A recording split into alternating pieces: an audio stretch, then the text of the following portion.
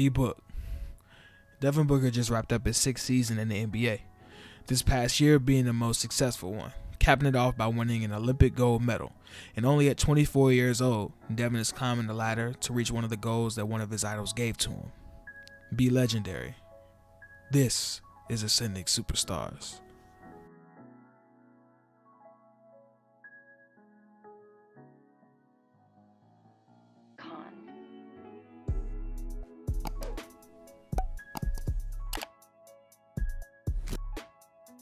Devin Booker was born on October 30th, 1996 in Grand Rapids, Michigan. Devin's father, Melvin Booker, played basketball professionally. He played overseas in Italy, Turkey, and Russia. Melvin also had a cup of coffee in the NBA, playing for the Rockets, Nuggets, and the Warriors. With his dad playing overseas for the majority of his career, Devin lived with his mother, Victoria, in Granville, Michigan. And throughout his dad's career, he would spend time with his son, only in the summertime though. And in Mississippi, those 2-month trips weren't really enough for Melvin after a certain point in time, and in 2008 he decided to retire and return home to spend more time with his son. Devin as a child idolized his father, as most kids do, and this led him to fall in love with basketball. And by the time Devin was 12, his dad had retired and wanted his son to come and live with him in Mississippi to learn and train with him so he could be the best player that he could be. With Melvin being a pro, he would have a great role model to learn from on a daily basis, and the sky would be the limit. But this seemed like a pipe dream for a while, because this sounds good in theory, but Devin lived with his mother for the majority of his life, and she wasn't sure of letting him move out and move from Granville, which was a majority white suburb, to a majority black urban area in Moss Point, Mississippi.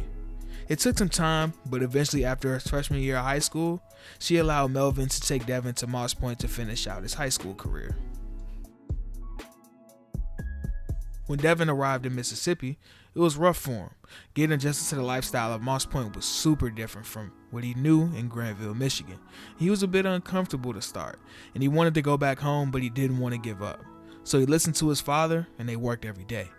The Booker last name rung bells in Moss Point. With his father and his grandfather being legends in Moss Point, Devin had some lofty expectations. This time in Mississippi also allowed Devin and his father to bond and to make up for missed time during the first 14 years of Devin's life. And this bond led to bringing upon this ultimate competitive mindset that you see in Devin today when he plays. People tried him. They thought he was soft, thought he was a light-skinned kid from a rich town, and they thought it was soft. So he developed this dog-like mentality to prevent that from happening in the future. Devin's game grew at Moss Point. He was a good shooter, but the biggest impact Devin's father had on him was seeing the game. He made leaps and bounds, improving his basketball IQ, learning daily from his dad.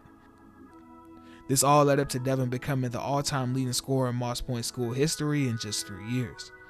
Devin put up over 2,500 points, and to add to that, he was also a McDonald's All-American, and he was also ranked the 18th best player in the class of 2014.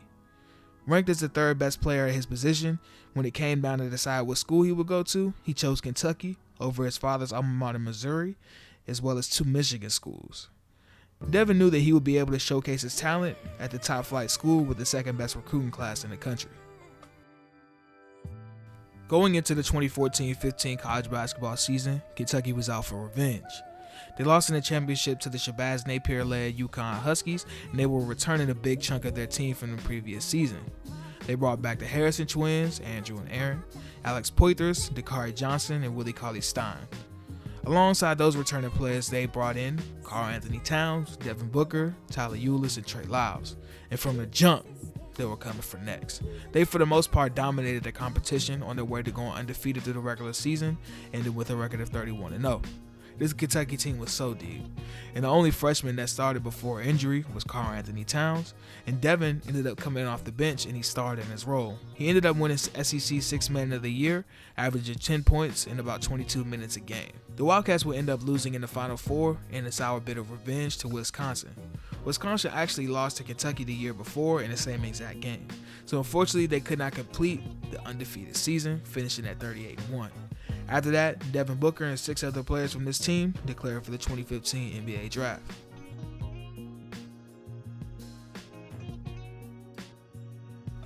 Devin Booker was drafted 13th overall by the Phoenix Suns in the 2015 NBA Draft.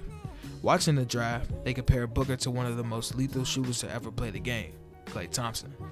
Devin's shooting stroke was on display at Kentucky. He ran off a ton of pin downs, a ton of flares, and he didn't put the ball on the floor that much. He was a quick decision maker, shoot, pass, and a max of 3 dribbles type of role that he played for Kentucky as a 6th man, and he was effective and efficient in that role. He shot 47% from the field and 41% from 3. His athleticism was displayed in transition and on the defensive end of the floor. He was a pest with his activity and bothered most players that he defended. So the Klay Thompson comparison was fair, and from what he showed in college, that's really what you would have thought. But if you dig back through Devin's high school film and watched him work out, you know that Devin is more willing and capable of putting the ball on the deck to create for himself, and in some instances, create for his teammates. So Devin's rookie year was a bit weird to begin with. He didn't get consistent minutes on the floor until roughly 35 games into the season, and after game 32, he was a starter for the second half of the season. He was really, really impressive. He, like all rookies do, had to adjust to the NBA game coming from college because it's so different. But early on, Devin did what he's known to do: get buckets. In his rookie season, he had 16 games over 20 points, 6 games over 30 points. And at the end of the season, the Suns finished at 23-59. But there was one key contribution to Devin getting a ton of minutes in the second half of the season. He ended the season being selected to the All-Rookie First Team.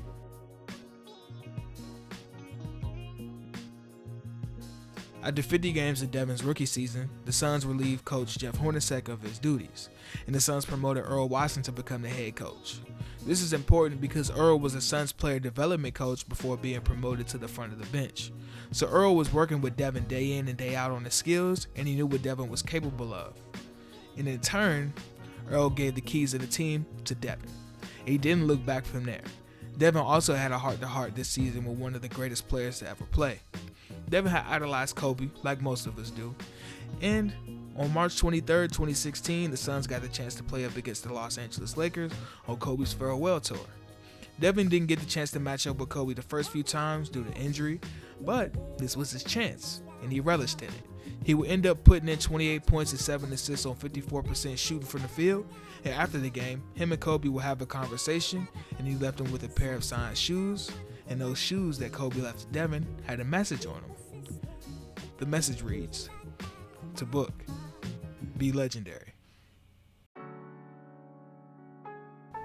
In the second season, he started in every game he was available to play in, and he moved his averages up from 14 points a game in his rookie season to 22 in the second season. This year will be the year that Devin will also make history. On March 24th, 2017, in Boston, Devin Booker went ballistic.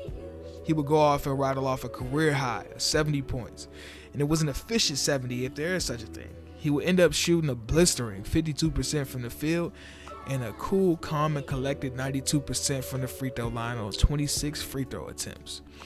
And the most ironic thing about this performance is that it was a year and a day from when he got that post-game conversation from Kobe, and he gave him those signed shoes. Side OB, side out of bounds. I bring the team in, I was like, okay, but they're already up like 15, 20. Oh, it's a street fight. Yeah. Right? Just being in the mindset, you're gonna throw a lob up 15 plus, it's a direct you, right? We competing, I love it. I love the edgy competition. Call my team over, hey, they're gonna throw a lob, be ready for the lob. They throw the lob, we deflect it, we go into halftime. I'm thinking, yo, with all this losing, no opportunity to win, I'm gonna catch all the heat. It's gonna be me, no one cares about who's available. But during this process, Devin Booker about to be a fucking superstar. Okay, cool. I'm calling timeouts and I'm creating offense within the game. I can create plays within the game that we don't have. Sometimes in the same set, sometimes I create a whole new set. I'm about to put my pin game to work, right? We about to get him going, so we rolling, boom, boom. I mean, we not close, but we close enough that anything can happen. Boom, boom, boom. Boston fans start cheering. It's like probably 5 minutes less in the fourth quarter. They call timeout. We call timeout. Fans are going crazy. I asked my assistant at that time, Nate Bjorken, who's now the assistant for Toronto, why are they cheering?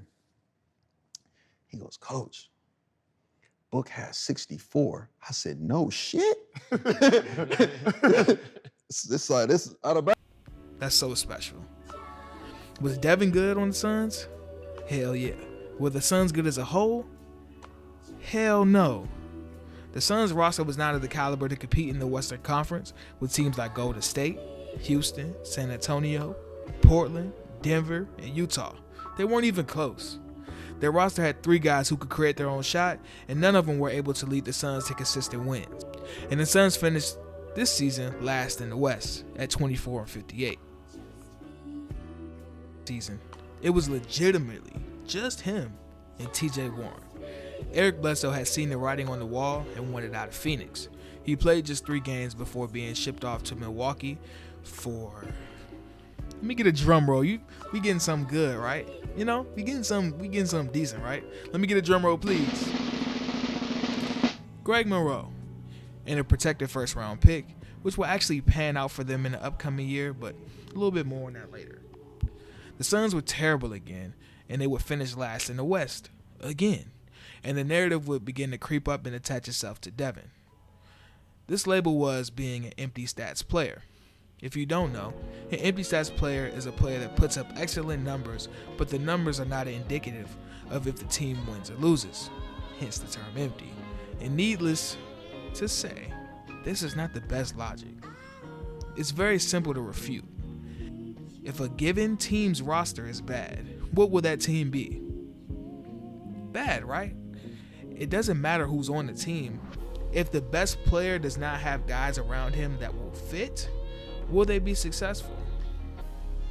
No, and the emphasis on the word fit. But this wasn't all doom and gloom for the Suns though, as they would land the number 1 pick in the 2018 NBA draft and select DeAndre Ayton. And they made some moves with their second first round pick that they got from the Bucks and traded with the Sixers to acquire another key piece of their team in Mikal Bridges.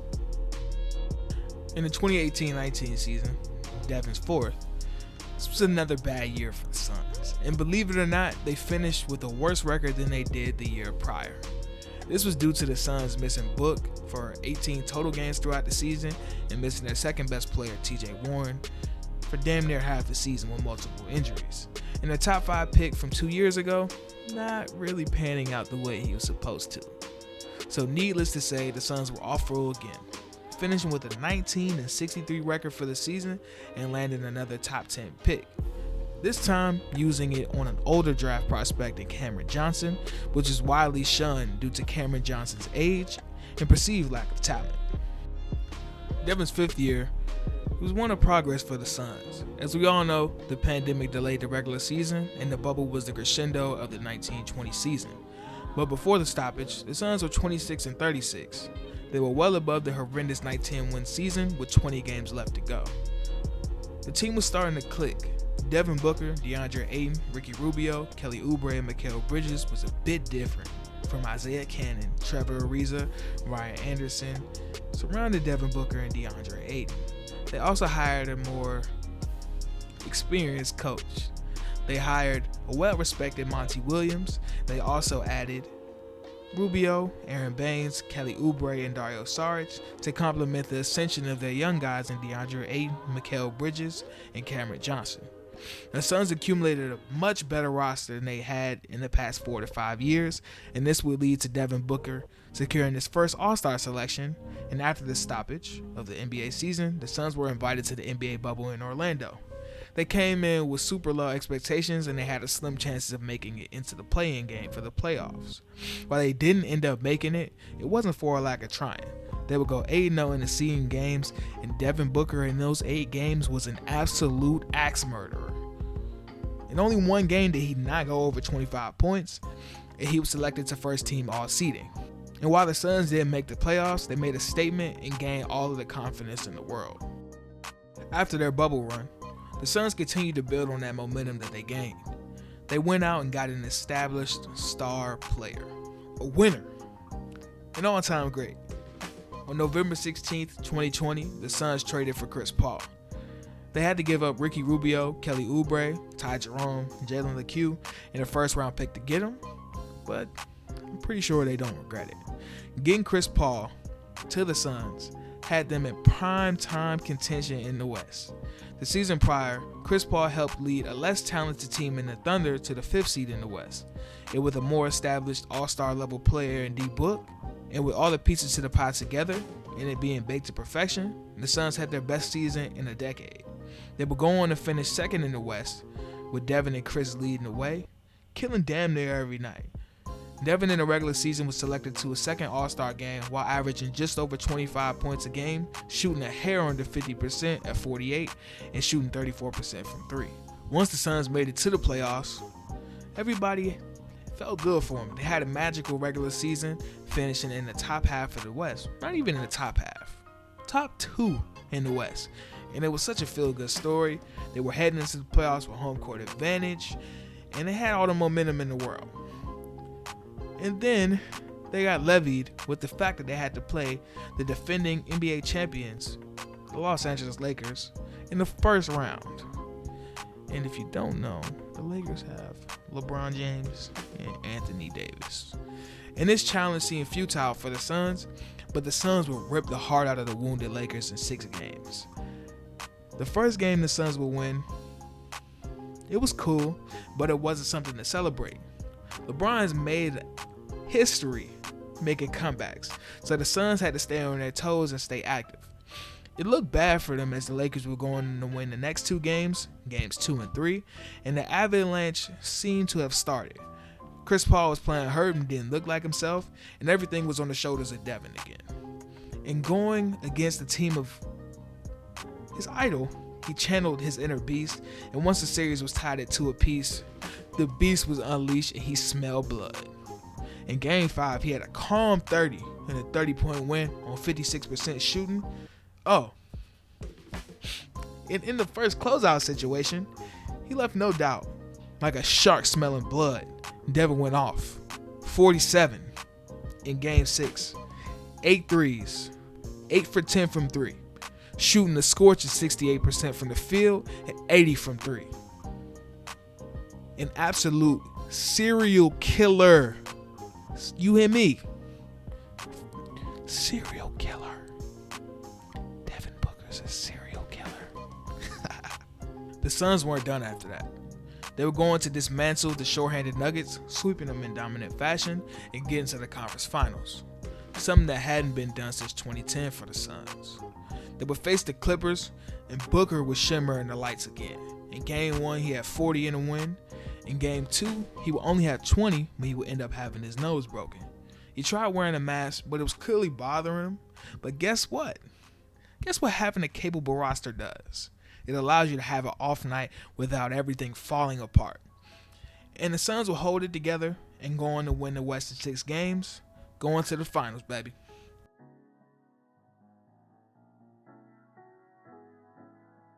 Getting to the NBA Finals for the first time must have been gratifying.